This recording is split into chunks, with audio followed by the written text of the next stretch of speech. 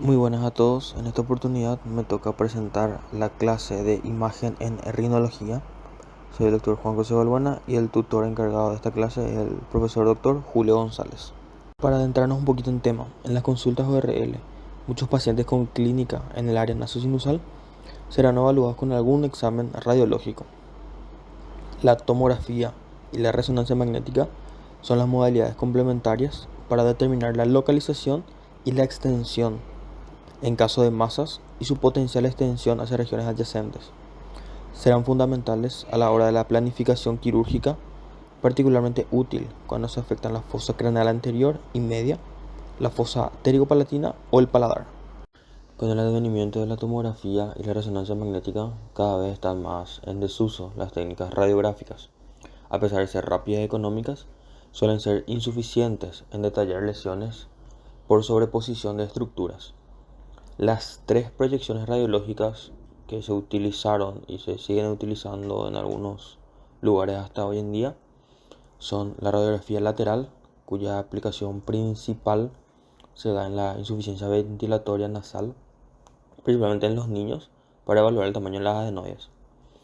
Y también existe la proyección mento-nasoplaca o proyección de Waters y la fronto-nasoplaca o proyección de Caldwell. La tomografía y principalmente el corte coronal es ideal porque simula la apariencia de la cavidad nasal desde la perspectiva de la endoscopía. Las imágenes de las exploraciones de la tomografía axial helicoidal reconstruidas en el plano coronal son casi tan buenas como las imágenes coronales directas. El plano axial es complementario al plano coronal. Debe realizarse siempre que exista una opacificación sinusal, dado que las paredes posteriores de los senos no se visualizan en el corte coronal, y cuando se quiere estudiar la unión frontoidmoidal y el receso esfenoidmoidal. La tomografía es a menudo el primer examen a realizar, ya que tiene una mayor accesibilidad y un menor costo en comparación con la resonancia magnética, y es superior a la resonancia para la visualización de estructuras óseas. Hoy en día, a la hora de realizar una planificación prequirúrgica, es necesario utilizar imágenes multiplanares para visualizar al mismo tiempo los tres planos del espacio y recurrir a reconstrucciones tridimensionales para una óptima visualización y comprensión de la patología que se va a tratar. La principal ventaja de la tomografía es que permite diferenciar mejor entre hueso y aire y partes blandas, que son los elementos estructurales más importantes en los senos paranasales. El principal inconveniente es que se usan radiaciones ionizantes y es importante, sobre todo si se van a evaluar a pacientes jóvenes. Un detalle importante es que en la tomografía la erosión o el remodelado óseo es característica de las lesiones benignas, mientras que la destrucción lítica ósea se ve en patologías de alto grado de malignidad, tales como el carcinoma escamoso. La resonancia magnética no se utiliza habitualmente como primera técnica, sino suele ser complementaria a la tomografía. La mayor ventaja de la resonancia magnética es su capacidad para discriminar entre los diferentes tejidos blandos.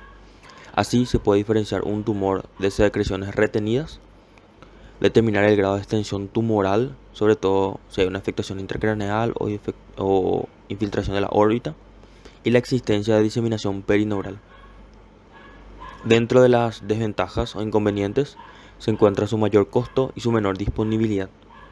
También otro inconveniente es que no es un buen discriminador de la interfase tejido-aire y por lo tanto no sirve para la planificación prequirúrgica ni para identificar engrosamientos sutiles.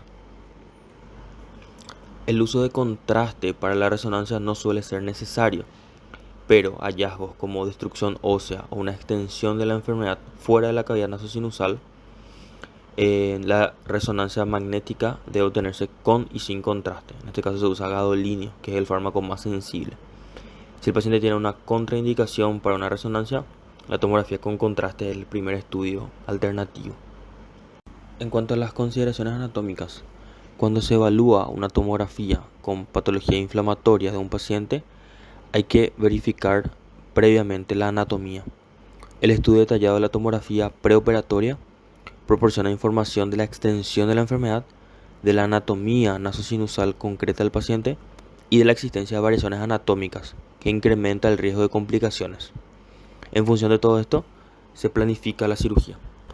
En las evaluaciones de la tomografía se debe realizar reconstrucciones multiplanares y visualizar al mismo tiempo los tres planos, el plano axial, coronal y sagital. En el caso de la región nasosinusal, debido a su compleja anatomía, la visualización tridimensional, como las evaluaciones de las celdas frontoetmoidales, el complejo Bouillard, entre otros, mejora la comprensión de la disposición de las diferentes estructuras. Disponer de una lista de verificación de las imágenes preoperatorias facilita el estudio de la tomografía para no pasar por alto ningún detalle importante. Hay varias listas de verificaciones. Las dos más conocidas son el sistema CLOSE o CLOSE, ampliamente utilizado y centrado en la identificación de áreas y variaciones que suponen mayor riesgo. O el más reciente es un checklist A, B, C, D, E, F. Este último es un checklist más extenso que también propone una sistematización para planificar una cirugía. Independientemente de la sistemática que se utilice, las áreas más importantes a analizar en una tomografía son la lámina papirácea, el proceso unciforme, la configuración del etmoides anterior y el receso frontal, la configuración y la altura de la base de cráneo y las arterias etmoidales, tanto la anterior como la posterior.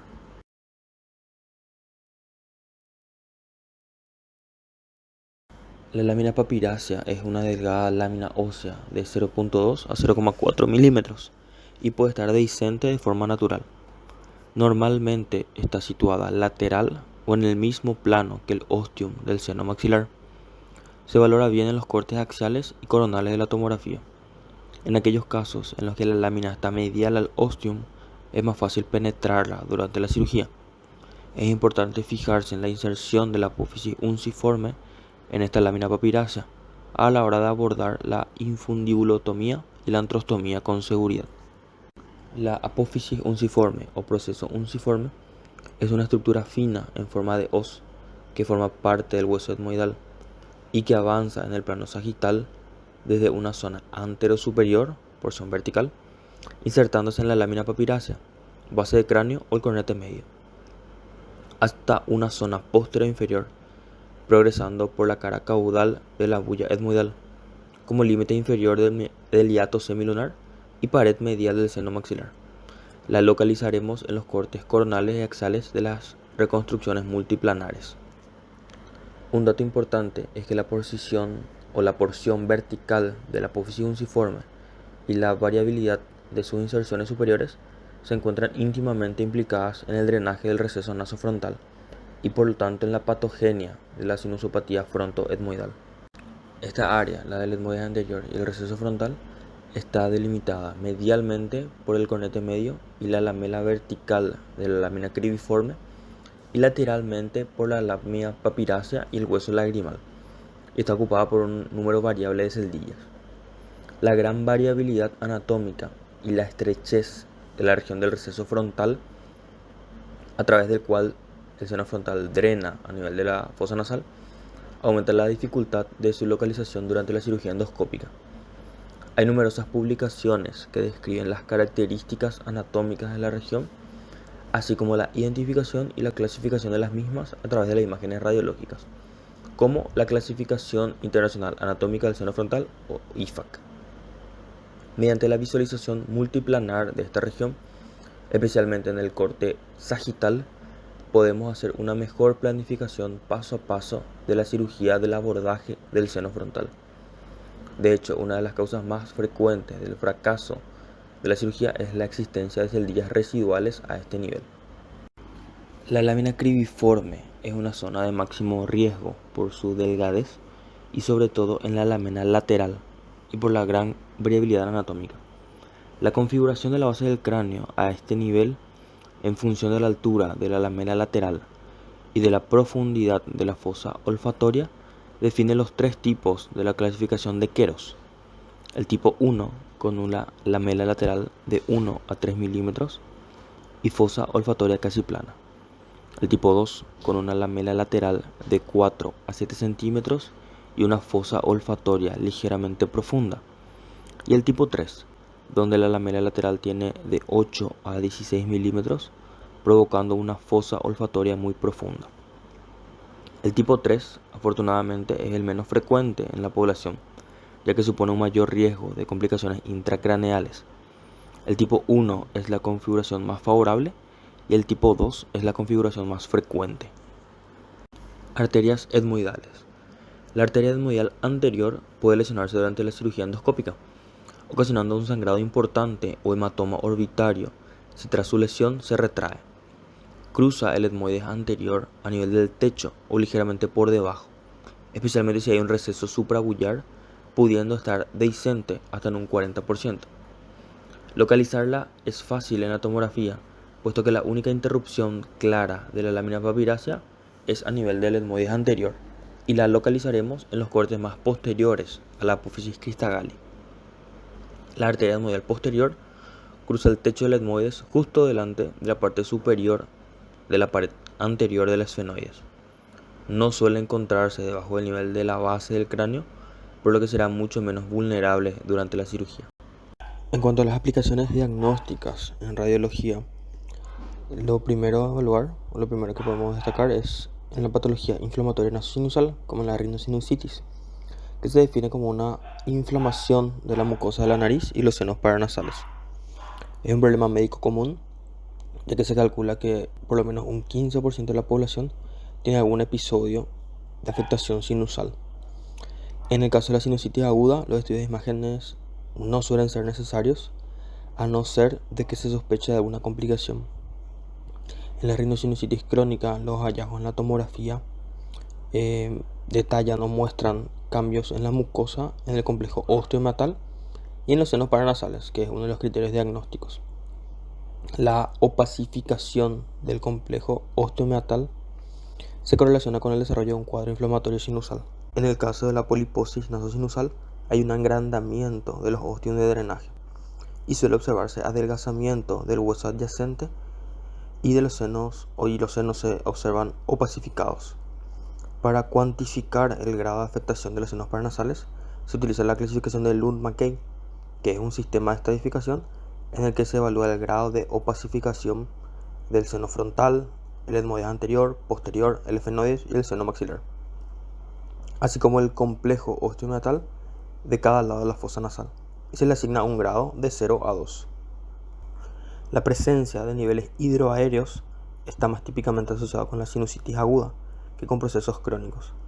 En caso de sinusitis aguda, los niveles hidroaéreos y la opacificación completa están presentes en el 60% de los casos.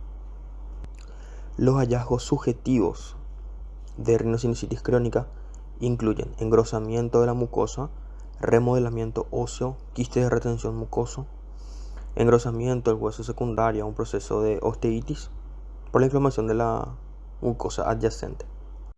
Con respecto a la sinusitis fúngica, existen diferentes niveles de agresividad a las infecciones micóticas. La infección micótica nasosinusal es similar a la enfermedad fúngica pulmonar.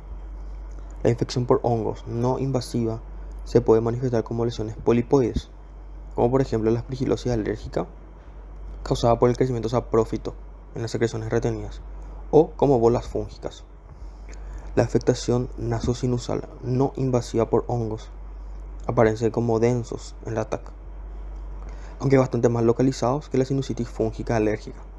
Las bolas fúngicas suelen ser más redondeadas y en la resonancia magnética tienen señal alta en T1 y señal baja en T2. La sinusitis fúngica alérgica se caracteriza en la TAC por una mayor atenuación o una menor densidad en los senos paranasales, con una afectación uni o bilateral, una opacificación completa con expansión, erosión o remodelamiento óseo. En la resonancia magnética, la intensidad de la señal T2 es generalmente baja. La ventaja de la resonancia magnética son de especial valor en un paciente que tiene una infección sinusal fúngica fulminante masiva, como la mucormicosis. Estas infecciones por hongos, en su forma fulminante o invasiva, tienen una propensión a la invasión de la órbita, el seno cavernoso y las estructuras neurovasculares. La resonancia magnética es útil para identificar la propagación de infecciones micóticas desde las fosas nasales hacia los senos, órbita o la cavidad intracraneal. Los hongos pueden causar alteraciones vasculares como trombosis o infartos. La mucormicosis, particularmente, parece extenderse intracranealmente a lo largo de los vasos. En esta, el hongo crece en la membrana elástica interna de los vasos sanguíneos y sus hifas pueden penetrar en la luz del vaso y ocluirlo. La rinosinusitis fúngica invasiva es a menudo hiperdenso en la tomografía e hipointenso en la resonancia. Los quistes de retención se observan en el 35% de los estudios de imagen como lesiones en forma de cúpula que se localizan en la cara inferior del seno maxilar, siendo indistinguibles por imagen de un pólipo solitario. En cuanto a los mucoceles, típicamente surgen de forma secundaria a un cuadro de obstrucción del ostium nasosinusal. Desde el punto de vista evolutivo, se mantienen asintomáticos durante mucho tiempo hasta que presentan complicaciones oculares o intracraneales potencialmente graves. La tomografía demuestra mejor la distorsión ósea y el adelgazamiento asociados con la formación del mucocele, junto con la remodelación de las estructuras óseas. La resonancia magnética puede detectar la interfase con las estructuras intracraneales o intraorbitarias. La densidad de la secreción del átomo suele ser alta, indicativo de cronicidad. En la resonancia se puede ver un patrón de refuerzo periférico que es útil para distinguir mucoceles y secreciones retenidas de lesiones como papilomas invertidos o neoplasia, que también remodelan el hueso, pero muestran un realce sólido. En cuanto a las complicaciones de los procesos inflamatorios nasosinusales, en el caso de la afectación orbitaria, la tomografía puede distinguir entre una celulitis preseptal, una celulitis orbitaria o una infección subperióstica. En la celulitis orbitaria postseptal, los planos tisulares están mal definidos y puede haber un tejido blando intraconal o extraconal. La grasa está infiltrada y es de mayor densidad que en el lado no afecto. A menudo hay un engrosamiento del margen escleral posterior del globo por la escleritis. Y la propagación a los músculos extraoculares provoca un leve realce indicativo de miositis. La coalescencia nodular o la acumulación focal de gas con realce en anillo sugiere un absceso orbitario. Una masa de tejido blando que se extiende hacia la lámina papirácea con desplazamiento del músculo y conservación de la grasa orbitaria implica una infección subperióstica. Clínicamente, el paciente se va a manifestar con edema palpebral, quemosis, proptosis y cierta limitación de la movilidad ocular. Aunque la resonancia tiene un papel limitado en la evaluación de la sinusitis no complicada, tiene un gran potencial para evaluar complicaciones intracraneales, como la meningitis, tromboflebitis, empiemas o abscesos intracraneales. Para la detección de la meningitis es útil el contraste para identificar el realce anormal de las meninges. La definición anatómica que ofrece la tomografía, con o sin contraste, es útil para el clínico y está sustituyendo gradualmente a los estudios de medicina nuclear. Si la fuga activa de LCR es de alto flujo, la tomografía puede mostrar el contraste en el seno adyacente o en el lugar del defecto óseo. Se realizan los estudios tanto con ventanas de tejidos blandos como ventanas óseas para una óptima detección y localización de la fuga. Si existe la posibilidad de que el cerebro se hernie a través de la zona adyacente, la resonancia magnética puede ser útil. También puede distinguir el tejido cicatrizal, postoperatorio, pólipos recurrentes o inflamación de las meninges. Algunos autores han definido el uso de un estudio de resonancia en T2 o cisternografía por resonancia magnética para detectar fugas de LCR, pero una tomografía de cortes finos, o sea de 1 milímetro coronal sin contraste, puede ser capaz de orientar la mayoría de los casos relacionados con una rinolicorea postquirúrgica, junto con una exploración endoscópica. El papiloma invertido es una neoformación epitelial benigna que representa un 4% de los tumores benignos de la nariz. La proliferación papilomatosa del epitelio escamoso, en lugar de producir un crecimiento exofítico, se extiende hacia el interior de la mucosa, de ahí su nombre de invertido, que hace que estas lesiones se diferencien de otros tumores en 3 aspectos: su potencial de destrucción local, la elevada tasa de recurrencia y el riesgo de malignización. Los papilomas invertidos pueden mostrar un patrón de destrucción ósea bastante agresivo, pudiendo incluso atravesar la placa cribiforme hacia la fosa craneal anterior.